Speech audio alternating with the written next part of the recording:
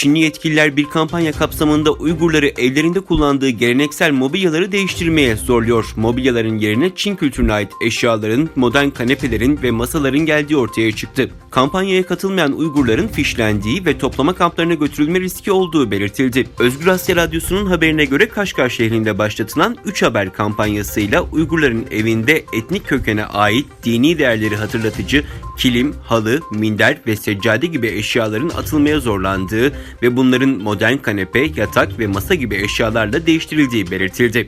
Söz konusu kampanyadansa çoğunlukla Han Çinlisi girişimcilerin fayda sağladığı ve Çinli yetkililerin haftada bir kez kampanyanın işleyişini kontrol ettiği belirtildi. Pekin yönetiminin Doğu Türkistan'da başlattığı söz konusu kampanya için 4 milyar yen yani 575 milyon ABD doları bütçe ayrıldığı ifade ediliyor.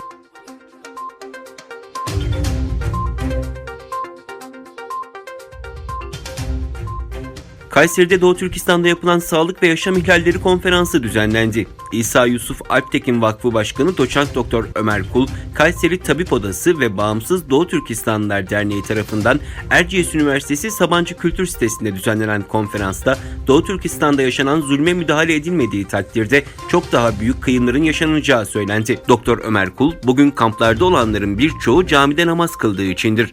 Doğu Türkistan'da camiye giriş kartınız vardır. Gideceğiniz cami bellidir. Ben Müslümanım diyen herkesin ayıbıdır bu.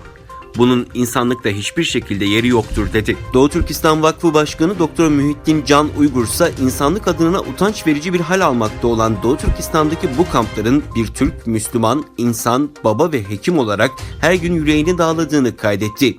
Konferans soru ve cevap kısmının ardından sona erdi.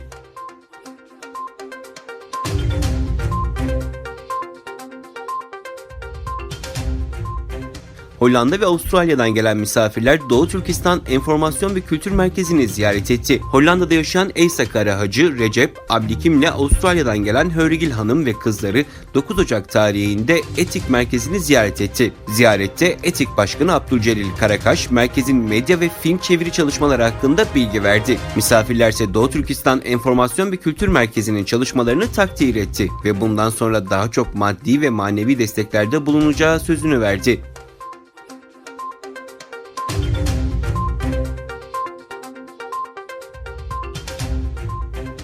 İran'da düşen Ukrayna Hava Yolları uçağı ile ilgili tartışmalar devam ederken Avrupa Birliği Dışişleri Bakanları Orta Doğu'da yaşanan gelişmeleri Brüksel'de masaya yatırdı. NATO Genel Sekreteri John Stoltenberg ve Birleşmiş Milletler Libya Özel Temsilcisi Ghassan Saleme'nin de katıldığı toplantıda İran, Irak ve Libya konuları tartışıldı.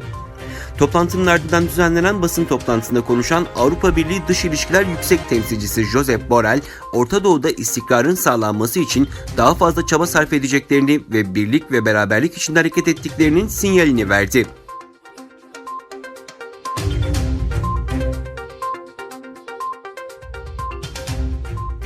ABD Temsilciler Meclisi Başkanı Demokrat Nancy Pelosi, Başkan Donald Trump hakkında azil maddelerinin Senato'ya gönderilmesini onayladı. Bundan sonraki süreçte Trump'ın yargılanması Cumhuriyetçilerin çoğunlukta olduğu Senato'da yapılacak.